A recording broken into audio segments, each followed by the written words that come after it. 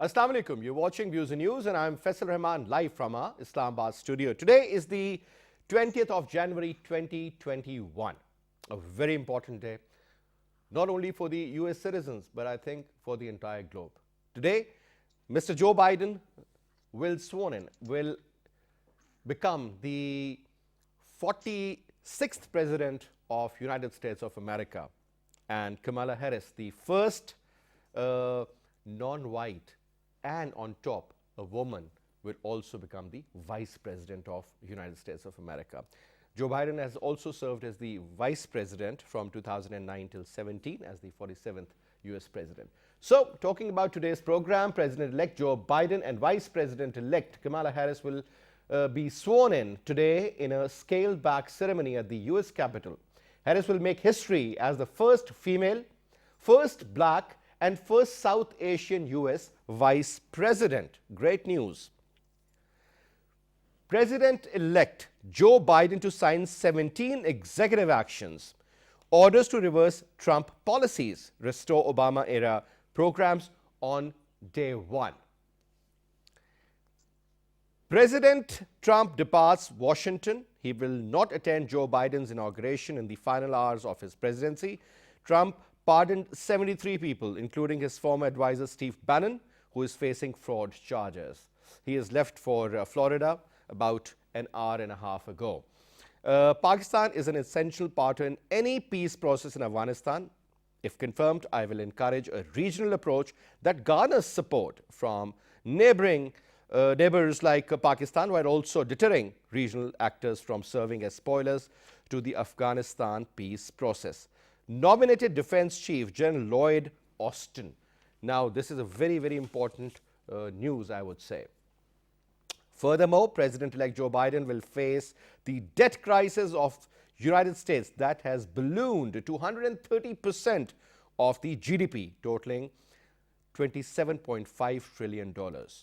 Trump's systematic rejection of allies and alliances have weakened US influence around the world.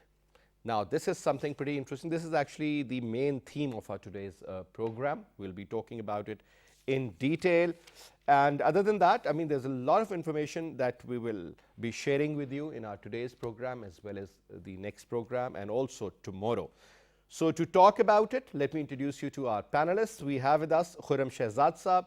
He's a senior analyst joining us. Thank you very much, Khurram, for your time. And we'll also be joined in by Dr. Zulfikar Kazmi.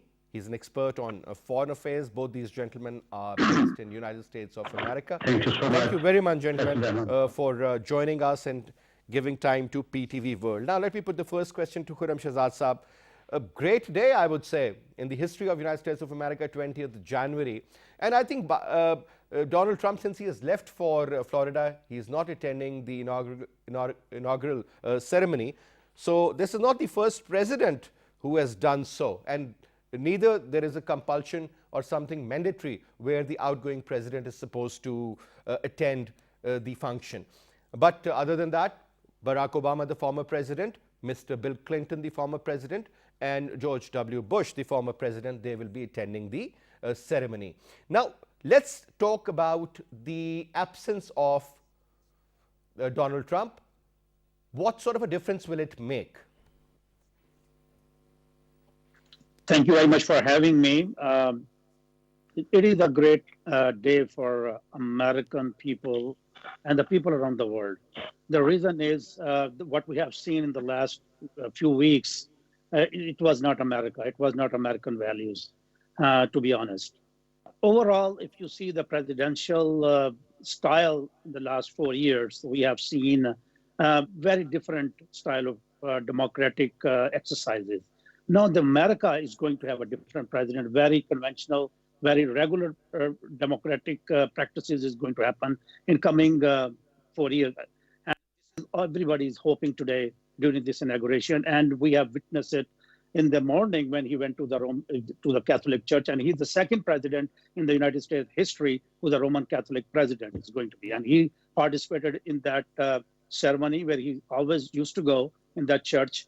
And then there was a lot of commotion about whether President Trump will get his guard of honor farewell today, but there was a lot of people were saying that it will be refused, but America stood up with its values, and America stood up the things they believe in, which is the strong democratic institution. So we have seen the President Trump is given the Guard of Honor today, this morning, and now this is very different inauguration today.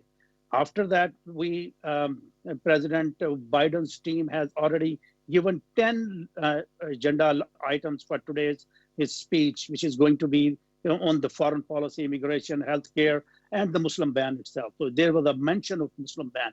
So whatever had happened in very unbiased way, whatever had happened in the last 4 years, it's going to be undo in next 4 years. It is immigration. Biden's team, which has announced the 10-day agenda, they have said that the immigration policies on the border is going to be restored where it ended with the President Obama's immigration policies. And now they are also giving a path of 8 years of immigration citizenship path. Similarly, the Obamacare was repealed by President Trump. That is going to be restored.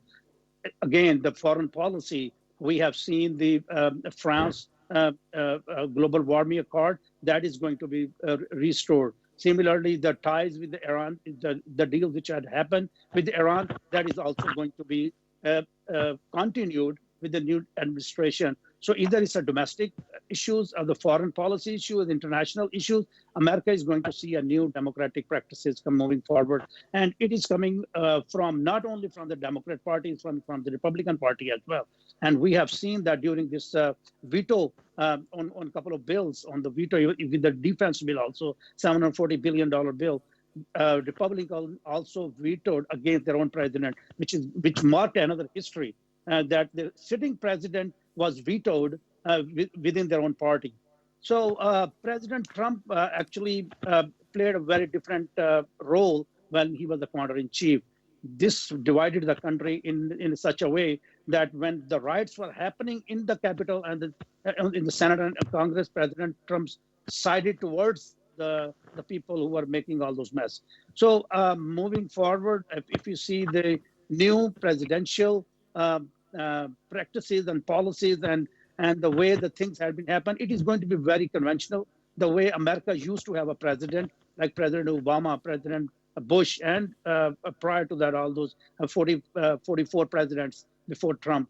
So America is going to have a very conventional, and even though some of the Republicans have a deep concerns about some of the policies that he has committed to LGBT or marijuana legalization. But other than that, it is going to be very normal government practices. The typical orthodox approach would be introduced again, because I believe, as far as Donald Trump is concerned, he was a very different president with a very different approach, more of a businessman and less of a politician. That's what, because he had never been in this business before of politics. But anyway, since he was known to be the most seasoned as far as the age is concerned, but interestingly now Joe Biden is taking the lead in that approach as well, being the oldest president, I think, but he has a lot of experience. He has served with the President Obama from 2009 till 2017 as the 47th vice president, and he has done brilliantly well.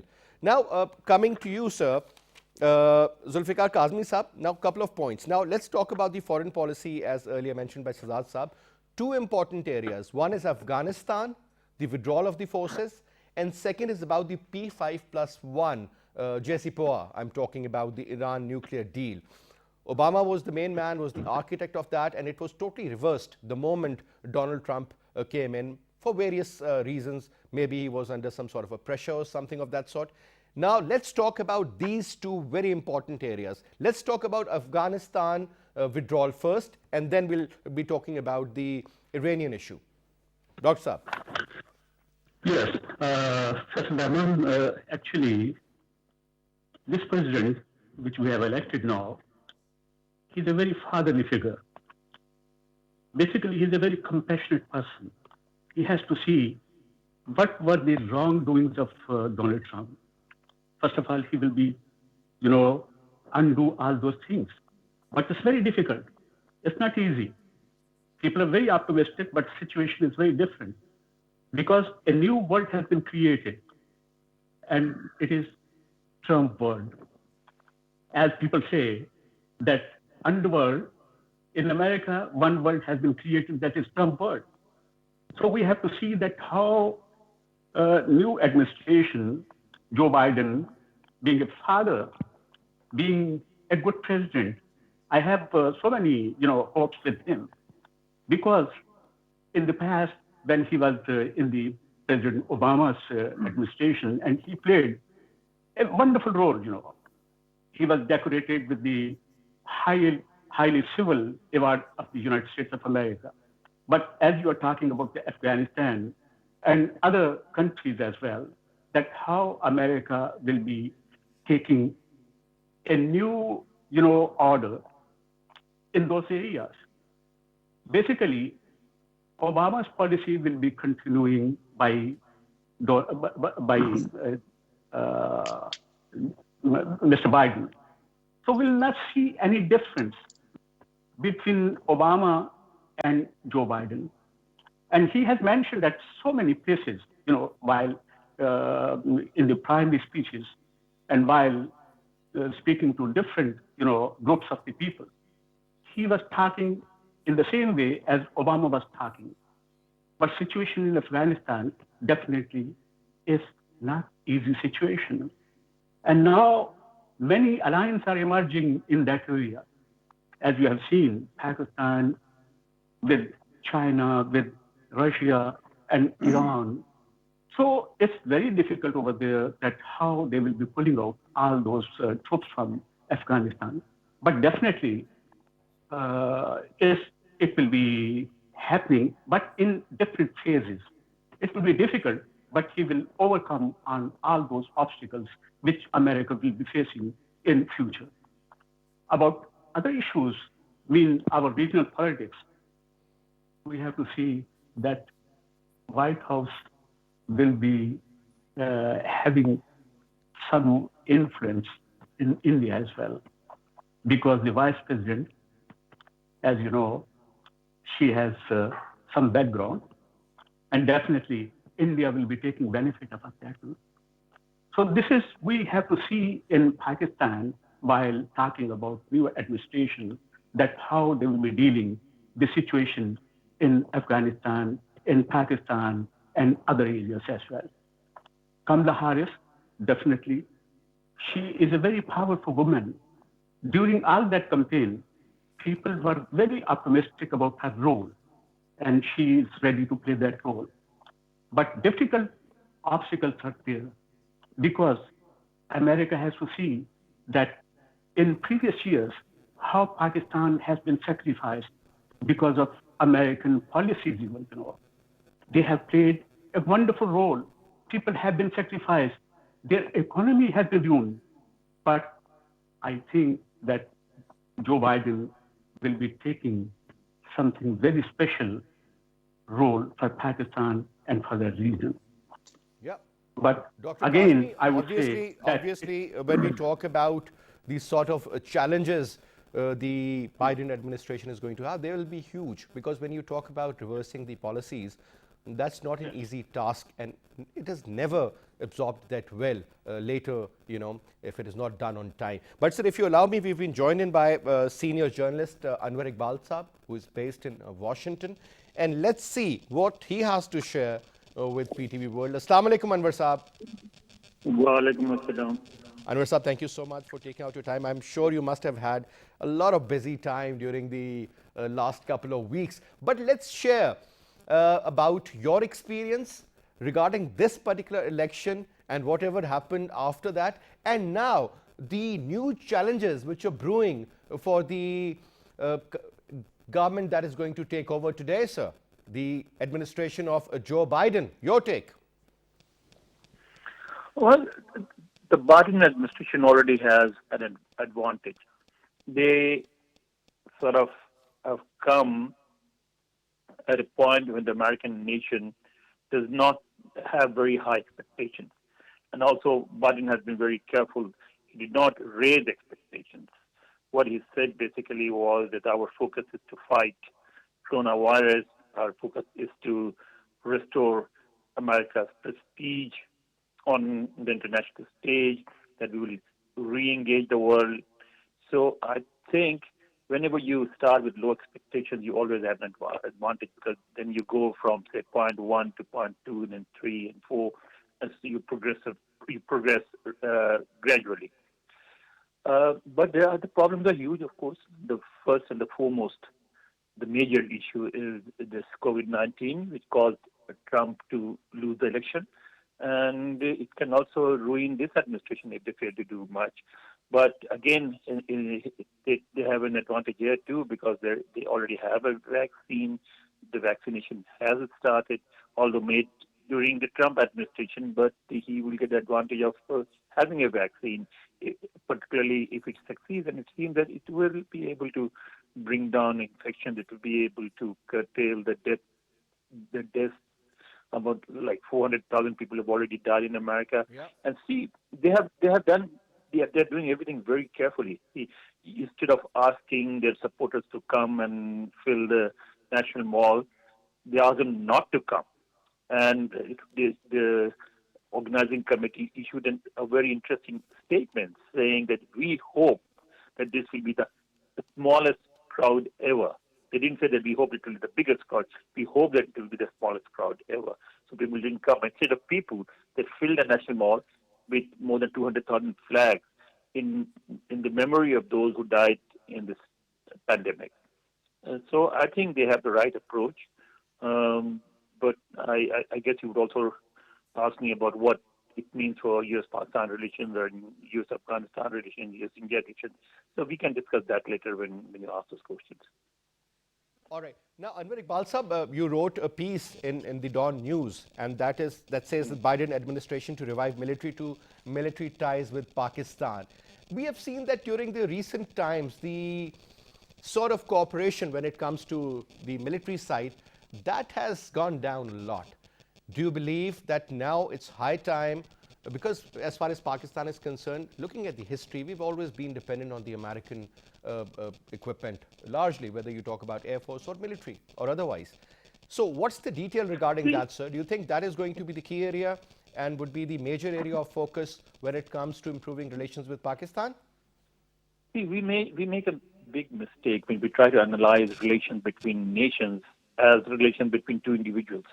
In a relation between two individuals, emotions play a lot of role. In relation between nations, emotions do not come into play. Interests do, okay?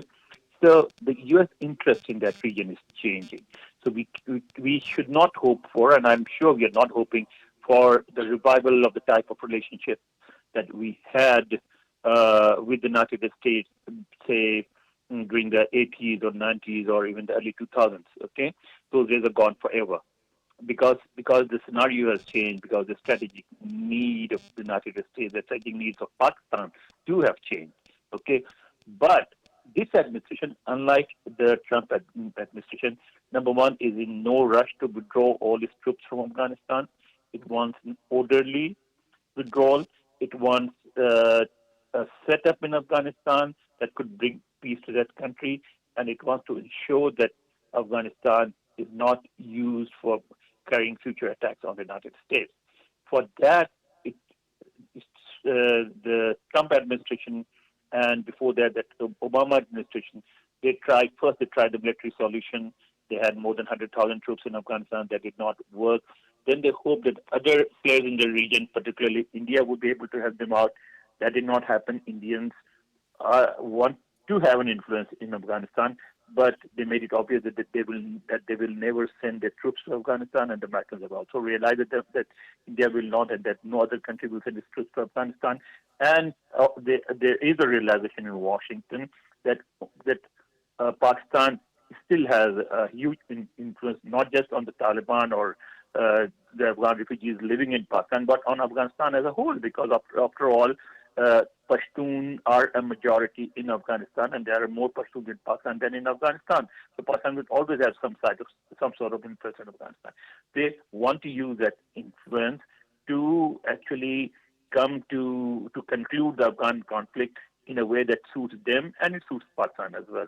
And for that, I think we will see greater cooperation between Pakistan and Afghanistan. And when you talk about delivering in Pakistan or cooperation in Pakistan, obviously you do not expect Pakistan People's Party or Pakistan Tehreek-e-Insaf to go and do that in Afghanistan. Obviously, it is the Pakistani military that can do that for you. But And Anwar Saab, that's another why. important point. Another important point is you also wrote in your story that General Austin Lloyd most likely is going to be your next defense secretary. He says that America is ready to cooperate with Pakistan in eliminating Al Qaeda, and let's share about that because that's something very important. Recent events of terrorism in Pakistan were all claimed by the IS. So, any details about that, Anwar Saab? Well, no, it's just an initial statement. They're just moving in. So of course, it's still too early to have details. But that too is obvious. I mean, America's main enemy in that region now is Al Qaeda and the ISIS because they are mending fences with the Taliban. They want Taliban to be included in the ruling setup in Afghanistan. So when you want somebody in the ruling setup, you don't go and fight it. And so the fight will now focus on Al Qaeda, which also suits Pakistan. ISIS is a major threat to Pakistan. If pressure is brought upon this group, then Pakistan will benefit from it.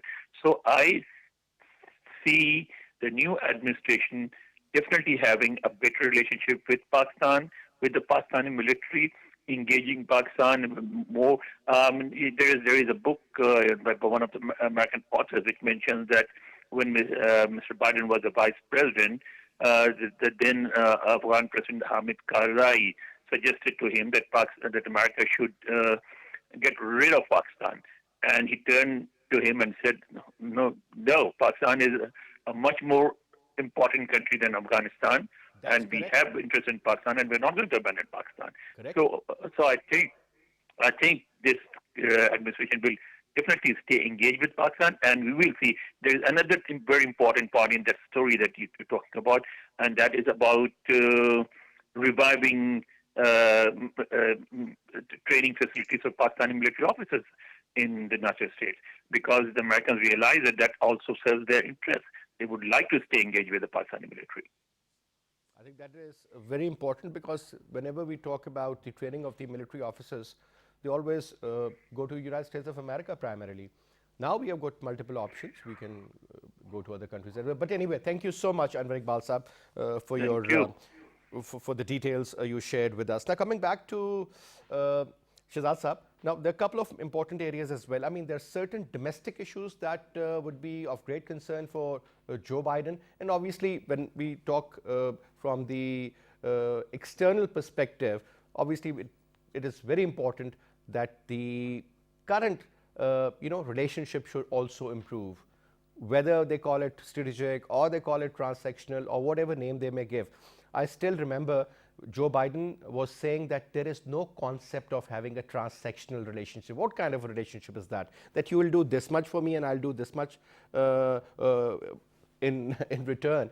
My point is, do you believe that in the coming days or maybe in a month's time or maybe whenever, the Biden administration is going to revisit their policy towards Pakistan, and things would definitely improve? Because every Pakistani literally believes that Trump wasn't that great when it came to Pakistan. He was very biased. I still remember the first tweet he sent on the 1st of Jan, I remember, was about a very anti-Pakistan, that we have given them $33 billion and where is that money, and that was the money of the taxpayers. And we all know what happened, where that money went and how it was distributed among the technical people of United States of America who were facilitating in various areas. Now, this approach would be definitely different. Do you think the next 4 years would definitely bring in harmony between Pakistan and United States of America? And when it comes to Indo-Pacific approach, do you believe things would remain the same, the way they were in the Trump's era, or you think things would change? Because normally whenever we talk about Democrats, we've seen that their inclination towards the Indian side is a little too much. I would start from the last 8 years of President Obama, which was total failure when it comes to Muslim world or the Pakistan. President Obama went 3 times to India and never came to Pakistan. He started civil nuclear technology with India. He never initiated anything. Salala incident happened. He never apologized. On the other hand, Shah Rukh Khan got caught on the airport. American State Department immediately apologized. Then he goes to the Libya. He destabilized the whole Middle East and other places. So President Obama's policies for Muslim world was a total disaster. And he has been. I was there when a journalist from in the nuclear summit. I was there when somebody asked President Obama the question about the Libya and other places, and he said it was a big mistake. He acknowledged at that point. So President, I hope We all know what happened Joe in Biden was the vice Benghazi while Hillary Clinton was the Secretary of State, if you remember, the Secretary of way State with their the President ambassador Obama, was yes. killed along with other people. That is true. And he said that it was a mistake to go there without any plan. But it had happened with the Bush when he went to Iraq. It was the same thing. But I was saying President Obama, when Joe Biden was there as the vice president, he has witnessed the mistake they have done in the 8 years for the South Asia, specifically for Pakistan. On the other hand, if you see the President Trump's portfolio, when Zalmay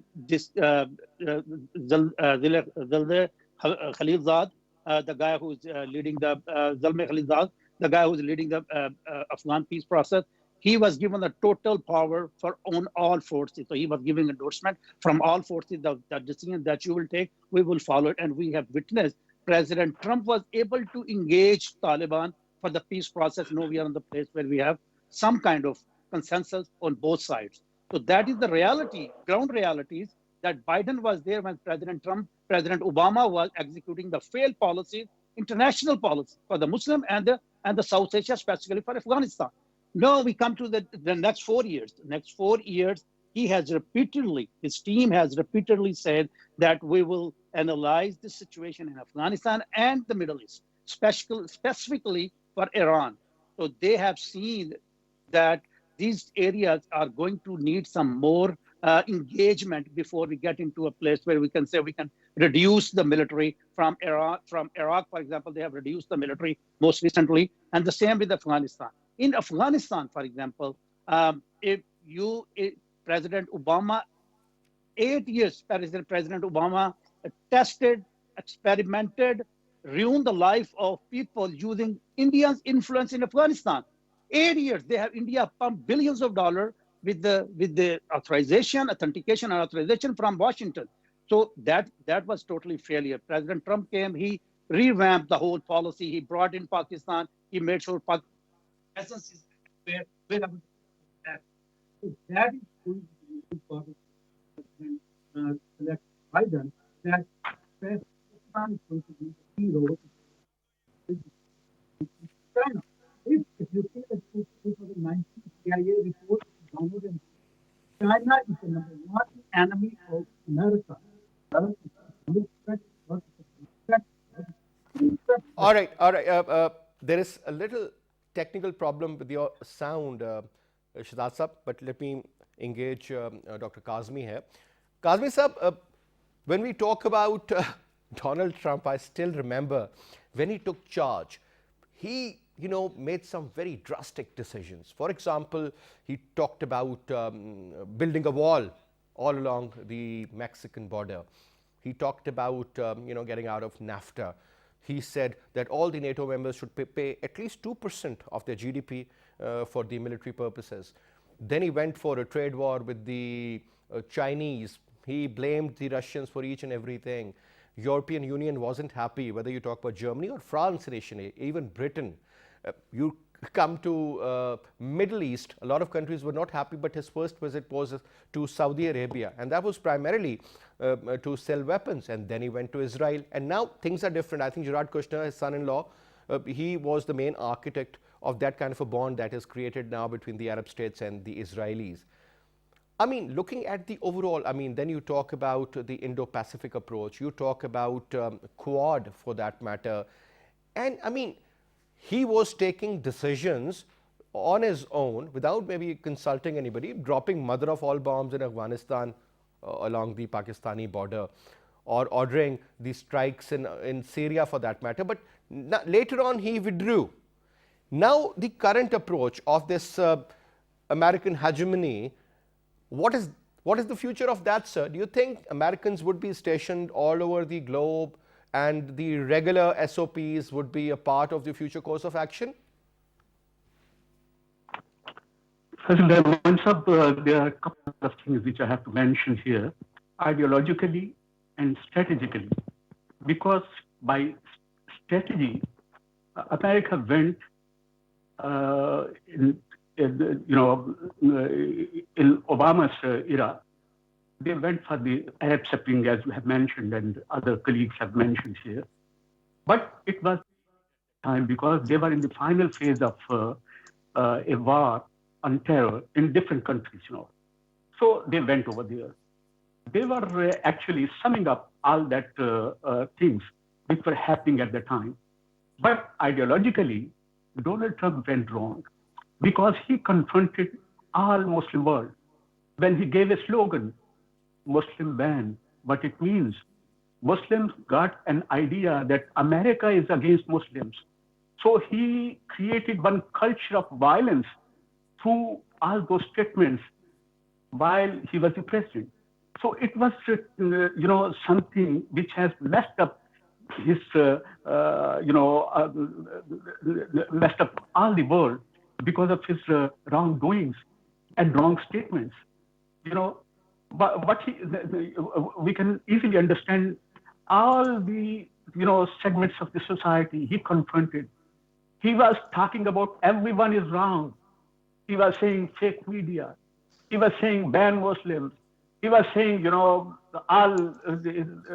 about immigrants, they are not good people. Even he was going against the philosophy of America. American philosophy was based on compassion. They were dealing, definitely, wars are always needed by a superpower because they have to handle the problems outside the world, outside of America in a different way. And they have, because America's superpower, they played their role. Definitely, we are not happy with that role. But it had to be because America has their own policies. And while we thought that, while they say do more to Pakistan, while they say do more to other countries as well.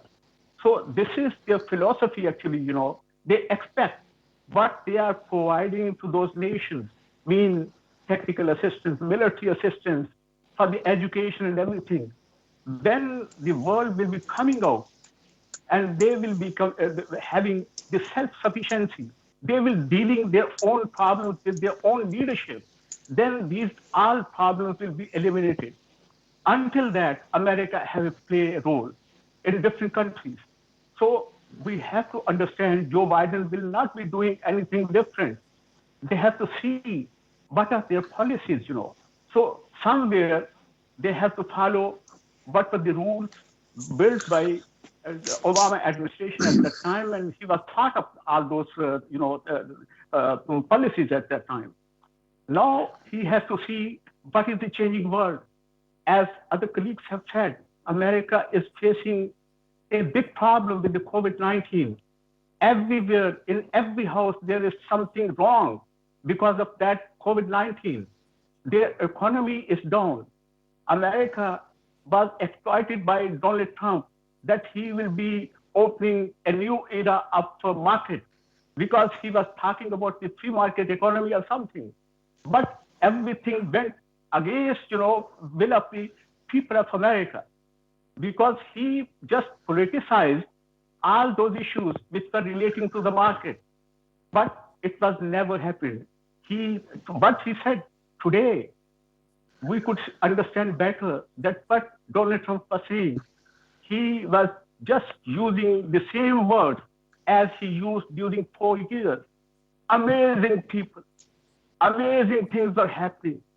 All this culture he had created, I'm afraid that America will not be coming out from that culture for years because the world is divided. and America is divided. So we need to understand when we see that how the new alliances are emerging in different areas, we have to use our own methodology and philosophy in our countries. Our leadership play their own role. Al-Qaeda will not be going anywhere. It's a philosophy. We have to see that how we could understand that philosophy. Taliban will not be going anywhere. All right. It's a So, if you allow philosophy. me, we've been joined in by Imran Jan Saab. He's based in Texas. He's a columnist. He's a writer. He's a journalist. Imran Saab, Assalamu alaikum. जी वालेकुम सलाम फैसल कैसे हैं How are you? Imran Saab, I'm good. I'm good. Thank you so much for taking out your time and talking to PTV World. You know, while I was having a word with Dr. Kazmi, I was just going through this strategy of Ds. The first D, that seems to be a problem for the incoming president, that is Donald Trump. Second D seems to be the debt, 130% of the GDP, over $27 trillion. Then you talk about another D, that is the division within United States of America, and that is leading to extreme polarization. Another D, that is the disease that has killed over 400,000 people. And on top of that, you know, when it comes to Pakistan, do more is another D. So let's talk about these 5 Ds, sir. Well, first of all, Joe Biden inherits an America that is, as you mentioned, chronically divided.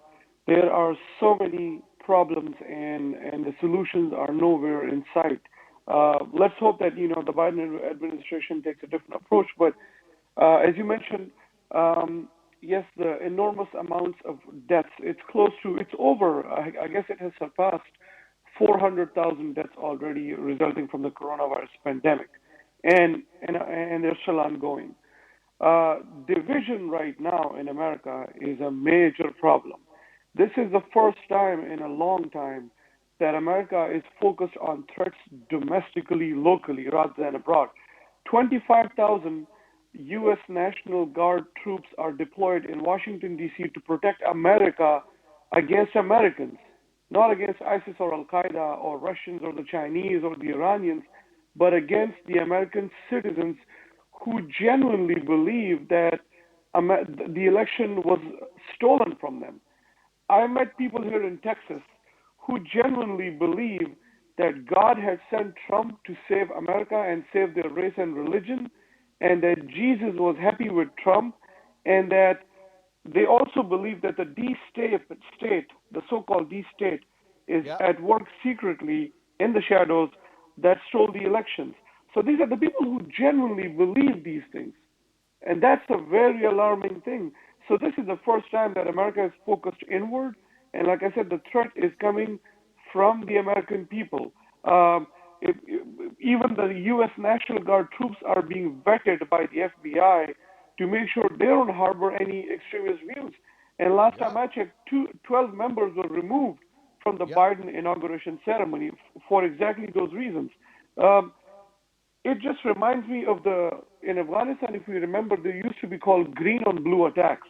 The green uniform was worn by the Afghan soldiers and the blue by the NATO and the U.S. soldiers.